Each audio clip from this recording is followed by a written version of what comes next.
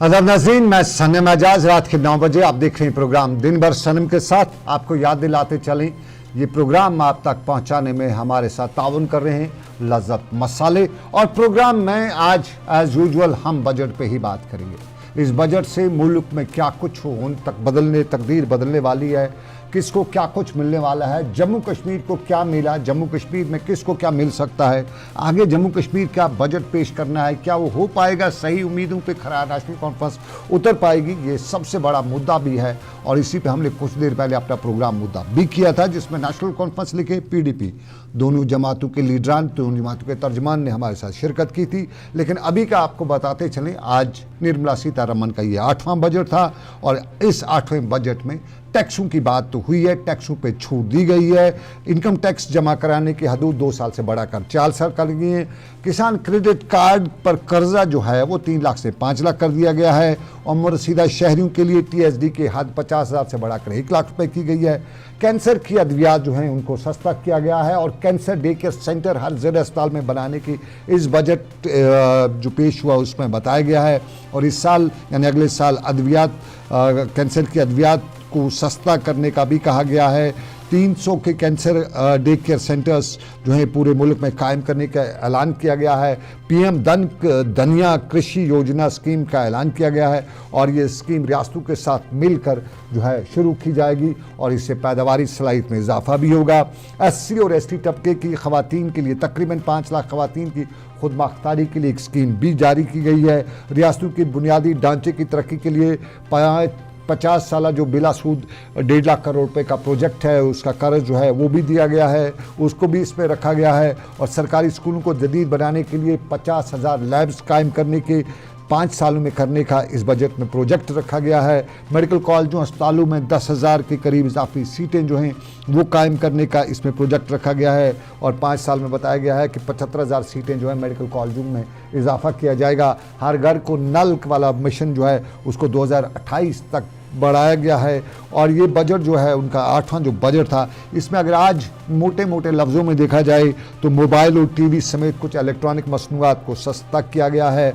Mobile phone की battery थोड़ी सस्ती हुई है, स्मार्टफोन जो जैकेट्स हैं, चमड़े की मसनूआत हैं, उसमें जूते, बेल्ट, पर्स या ईवी गाड़ियाँ हैं, LCDs हैं, हैंडलूम कपड़े हैं, तिबी सामान जो कैंसर रिलेटेड दवाइयाँ हैं जिनकी तादाद 36 के करीब है, वो बड़ा उनकी जो है कीमतों में कमी की गई है। और फिर मेड इन इंडिया कपड़े और इसी प्रोसेस जो एशिया प्रोसेस चीज़ें हैं उनको सस्ता किया गया है। और फिर इंटरनेट कनेक्टिविटी के स्कूलों में और सरकारी अस्पतालों में तमाम जो है मुल्क के उनका भी अहदाफ रखा गया है।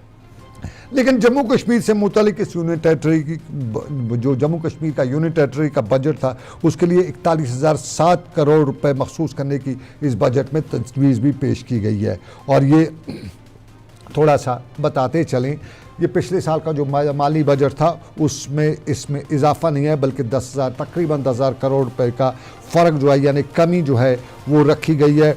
और इसके साथ साथ जो बजट में 279 करोड़ रुपए जो union territory disaster response fund है उसकी शराकत के लिए ग्रांट के तौर पे मखसूस किया गया है। बुनियादी ढांचे के मनसूबों के वसाइल के फ़र्क को पूरा करने के लिए 101.70 करोड़ रुपए मखसूस किए गए, जो ये तजवीज़ रखी गई है। जबकि मौजूदा माली साल के जो मखसूस जो 42,277.74 करोड़ रुपए जो बजट है इसको कम करके 41,007 करोड़ रुपए कम किया गया है। ये दस्तियाब फंड्स जो बजट में रखे गए हैं उससे साफ जाहिर होता है कमी ही की गई है। इसी हवाले से अगर देखा जाए तो इस बजट में जम्मू कश्मीर पुलिस के लिए अलग से 9,325.73 करोड़ रुपए मखसूस किए गए हैं। और इस रकम में से 8,897.72 करोड़ रुपए मासूलात के अखराजात और 423.1 करोड़ रुपए कैपिटल यानी सरमाए के अखराजात के लिए मखसूस किए गए हैं। और ये बजट के इंतजाम जो है जो जम्मू कश्मीर पुलिस बजट है ये जम्मू कश्मीर पुलिस के इंतजामी अखराजात को पूरा करने के लिए किए गए हैं ये बजट। और इसमें अगर देखा जाए तो बीजेपी के अक्सर लीडरान ने इससे आत्मनिर्भर भारत की नींव रखने का बजट भी बताया और बताया कि सबका साथ सबका विश्वास इस बजट में है, सबका साथ सबका विश्वास। और सबका साथ सबके साथ विश्वास के साथ वज़ीर आज़म ने आज निर्मला सीतारमण के इस बजट को अवाम का बजट भी बताया और निर्मला सीतारमण की तारीफ़ करते उन्होंने बताया कि जो लोगों के हाथ में ज़्यादा पैसा देता है वो एक ताकत बढ़ाने वाला है और इस ताकत में इजाफा हुआ है। सरमायाकारी और तरक्की के बायस ही मुल्क की तरक्की होती है, मुल्क तरक्की का बायस बनता है। ये निर्मला सीतारमण के बजट पर वज़ीर आज़म ने बताया। लेकिन जम्मू कश्मीर से इस पर मिला जुला रद्द-ए-अमल हुआ है। आज दोपहर नेशनल कॉन्फ्रेंस के सीनियर लीडर जम्मू कश्मीर के नायब वज़ीर आला सुरेंद्र चौधरी से जब बात की गई, उनसे पूछा गया तो उन्होंने ये बताया कि जम्मू कश्मीर इस वक्त यूटी है, सब कुछ दिल्ली से चल रहा है और उन्हें उम्मीद है कि मरकज़ी सरकार जो है इस बजट में जम्मू कश्मीर के लोगों के साथ इंसाफ करेगी और चूँकि यहाँ रोज़गार का मामला है उस पर बात की जाएगी उसके हवाले से बजट में। लेकिन शाम गए जो कुल मिला के बजट देखने को मिला उसमें ऐसा कुछ दिखाई नहीं दिया जिसको लेकर जम्मू कश्मीर के लोगों में कोई जोशन होता, कोई जोश होता। सुरेंद्र चौधरी ने कहा हम बात देर गए, इस पर कोई बात नहीं की। ओवरऑल आज के इस बजट में जिन लोगों से भी हमने बात की अक्सर का यही मानना था कि जम्मू कश्मीर के रिलेटिव इस बजट में कुछ खास नहीं है। पहले ही 1000 करोड़ रुपए की कमी, उसके बाद जम्मू कश्मीर के टूरिज़्म सेक्टर की तरफ कोई तवज्जो नहीं है, जम्मू कश्मीर के हॉर्टिकल्चर सेक्टर की तरफ कोई तवज्जो नहीं है, एग्रीकल्चर सेक्टर में जो क्रेडिट का किसान लोन जो है वो दिया गया है उसमें कोई रियायत या यूँ कहें राहत नहीं है बल्कि ये कर्ज़ है और कर्ज़ तो बोझ ही होता है। आम लोगों का यही कहना था, इसमें कोई बड़ा जम्मू कश्मीर के रिलेटेड नहीं है। जम्मू कश्मीर के रिलेटेड इस बजट के हवाले से आम लोगों से जब बात की गई तो बताया गया कि ऑलरेडी यहाँ पे पावर क्राइसिस है। हमारे पावर जनरेशन जो यूनिट्स हैं उनके लिए उम्मीद थी कि कोई स्पेशल पैकेज होगा ताकि ये पावर क्राइसिस जो 10-20 सालों से उनकी जो मशीनरी तब्दील नहीं की गई है उसको तब्दील करके पावर जनरेशन हो सके। लेकिन ओवरऑल पावर का सेक्टर भी ख़ास तौर पे जम्मू कश्मीर में का पावर सेक्टर जो है आज के इस बजट में साफ तौर पे दिखाई नहीं दे रहा है। इधर दोपहर में हमने नेशनल कॉन्फ्रेंस के तर्जमान जो हैं तनवीर सादिक, उनसे भी बात की थी और तनवीर सादिक ने सुबह अप्रॉक्सीमेटली इस बजट को मुस्बत भी करार देते हुए बताया था कि इस बजट में जम्मू कश्मीर के लिए ज़रूरी कुछ होगा। याद दिलाते चलें इस बजट के हवाले से नेशनल कॉन्फ्रेंस को बहुत ज़्यादा उम्मीदें थी और ख़ुद वज़ीर आला जम्मू कश्मीर उमर अब्दुल्ला ने भी पिछले दिनों बताया था कि जम्मू कश्मीर के ख़जाने खाली हैं, जम्मू कश्मीर में इस वक्त कुछ पैसा है नहीं, हमें एडिशनल बजट जो पहले ही है कि हमें इजाफी जो पैकेज यहाँ के लिए करीबन 22,000 करोड़ रुपये का चाहिए, उसके बाद ही हम बाकी बजट पर बात कर सकते हैं। और इस हवाले से वो दिल्ली तक भी गए थे, वज़ीर दाखिला से लेकर वज़ीर फाइनेंस तक वो मिले भी और उन्हें जम्मू कश्मीर के लोगों के मामला भी बताए थे। लेकिन आज के इस बजट में जम्मू कश्मीर के रिलेटेड वो सब कुछ न होना और कमी के होने पर नेशनल कॉन्फ्रेंस के हरीफ उन्हें तंजन आज कुसन्ने भी सुनाते रहे। सजाद गनी लोन का ट्वीट भी आज आया और सजाद गनी लोन ने आज तंज किया और इस तंज में सजाद गनी लोन ने नेशनल कॉन्फ्रेंस को तंजन बताया कि शाल तो आपने दिए, आपने दिल्ली भी जाके शाल दो उड़वाए थे, श्रीनगर में कि कश्मीर के गांदरबल में भी आपने शाल दिए थे, आपने बड़ा कुछ उनके अल्फाज के मुताबिक तरला मिन्नत जिसे कहा जाता है वो तो की थी, लेकिन थम डलेगा हम नहीं डलेगा ये वाली कहानी है। और इस कहानी में आपको क्या मिला, उनके ट्वीट में बताया गया था कि जाइएगा अपने वो शाल वापस ले आइएगा।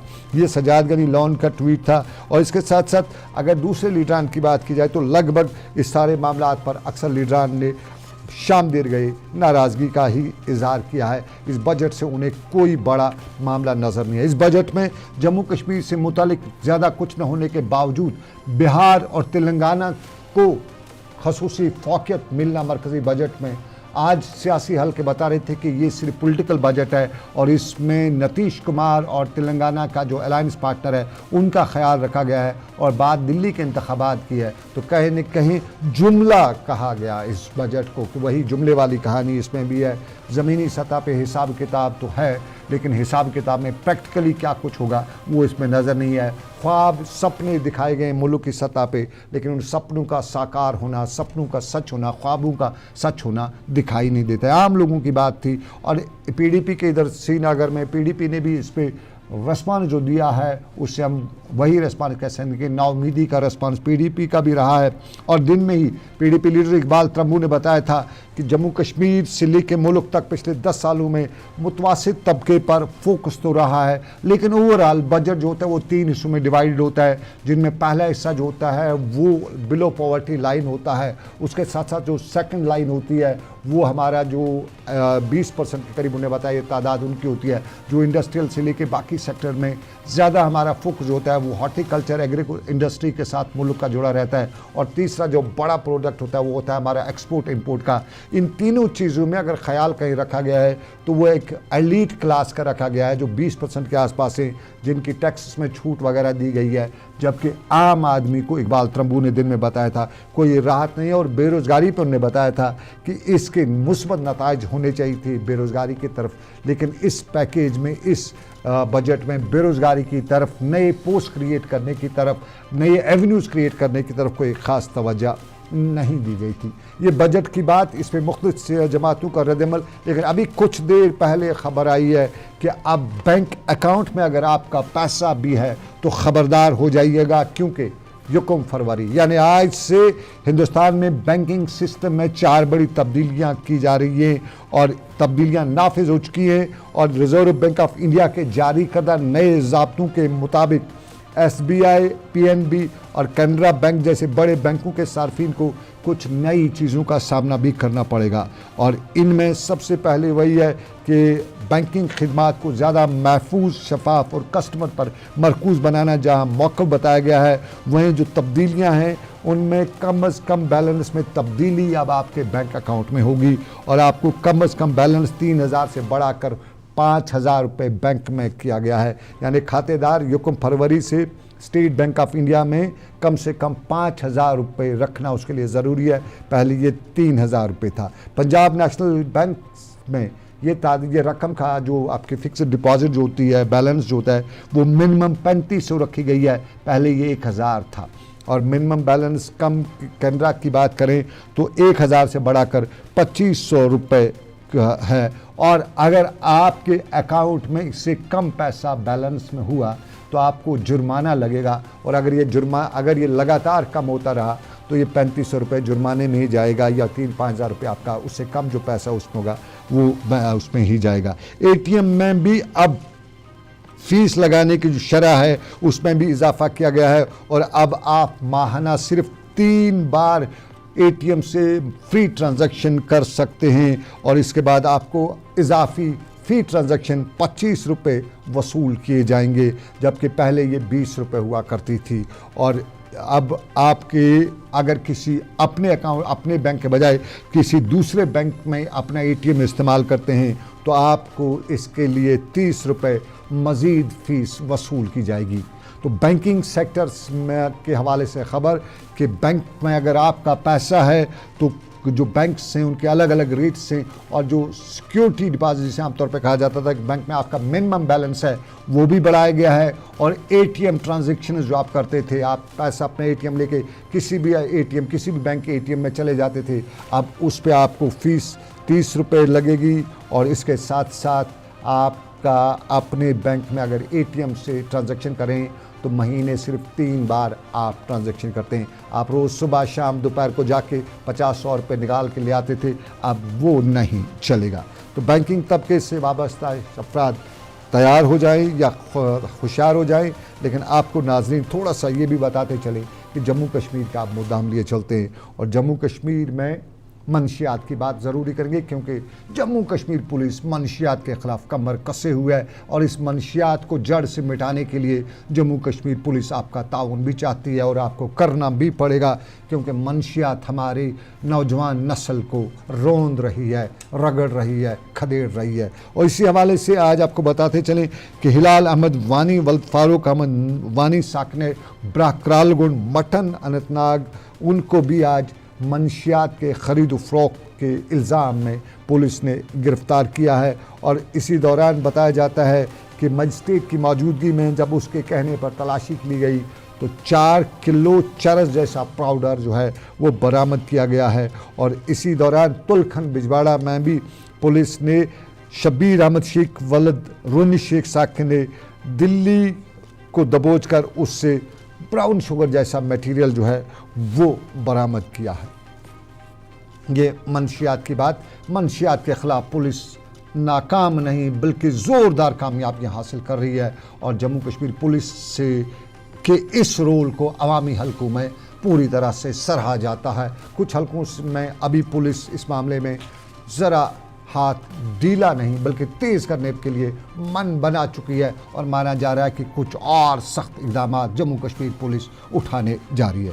लेकिन एक मामला जिसमें जम्मू कश्मीर पुलिस से आज तहकीकात का मुतालबा किया जा रहा था, ये श्रीनगर के नौगाम के इलाके में था।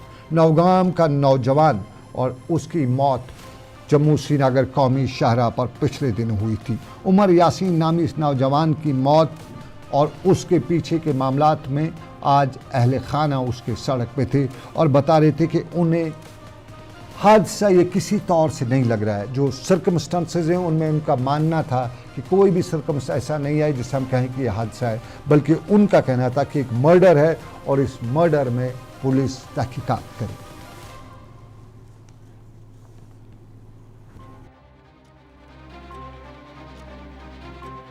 क्या 23 दिसंबर द्रामुत बच्चे शाम 9 बजे घर जम द्राम सुबह तोर बच्चे मल करनस कॉल दोनस बह द्रास जम 10 बजे कोरुस बे फोन दोपनस बहुस जदर कोटली चाय चावान वन मे कम वात सुबह ताम गो स्विच ऑफ सुबह कह बजे फोना वोना कहें 9 दोहन छांडान गए त्रोम सिंगरापोट थानस मज अत कर थाना वाले पूछताछ ना घर सोन ना कहें गए और गई बे 3 दोहन गए 4 दोहन गए सोरे महल।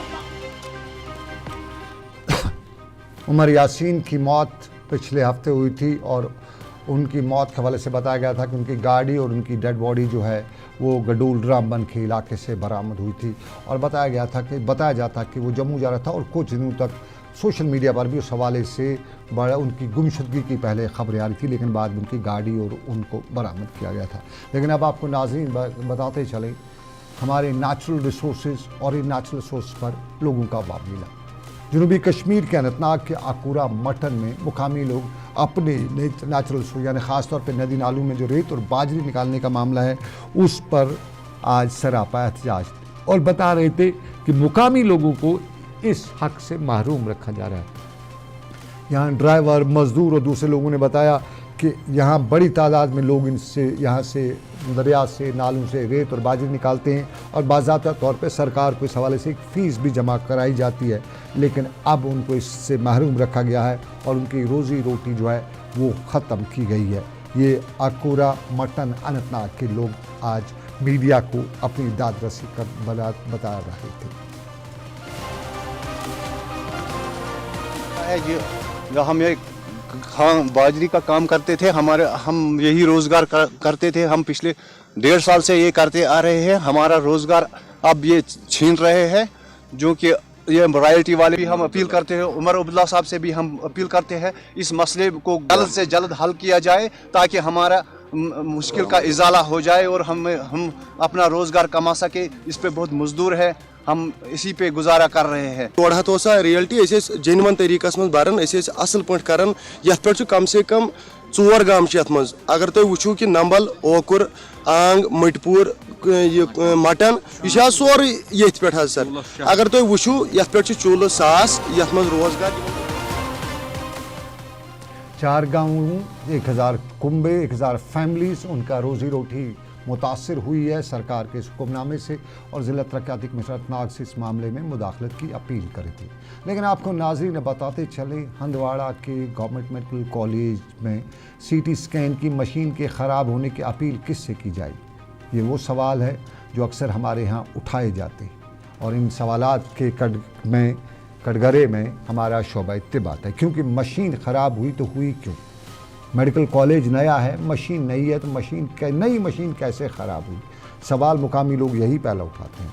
और जब CT स्कैन ख़राब हो तो इसके नई मशीन के ख़राब होने के पीछे बहुत से लोग अलग अलग तरीके से अपनी राय भी बता रहे हैं। कुछ लोग बता रहे हैं कि मशीन तो ऐसी लाई गई, इल्ज़ाम है लोगों का। कुछ लोग बता रहे हैं कि जानबूझ के ख़राब की गई क्योंकि इसका फ़ायदा प्राइवेट क्लिनिक्स को होता है और 15 दिन अगर मशीन ख़राब रहे तो लोग फिर सवालात उठाते हैं। 1, 2 दिन, 3 दिन, हफ्ता भी कहा जा सकता है मशीन को ठीक करने में, लेकिन जब आधा महीना हो जाए तो हंदवाड़ा के मेडिकल कॉलेज की मशीन आधे महीने से ज़्यादा वक्त से बेकार पड़ी है और फिर मरीज़ों को प्राइवेट क्लिनिक्स में जाना पड़ता है। तो किसी को फ़ायदा पहुंचाने के लिए मशीन ख़राब तो नहीं की गई है, ये एक सवाल हंदवाड़ा की आवाम पूछ रही है। और दूसरी पूछ रही है कि अगर मशीन हो ही गई ख़राब, टेक्निकल फॉल्ट आ ही गया, तो फिर 15 दिनों तक मशीन का ठीक न होना, कहीं पीछे कोई और वजह तो नहीं है।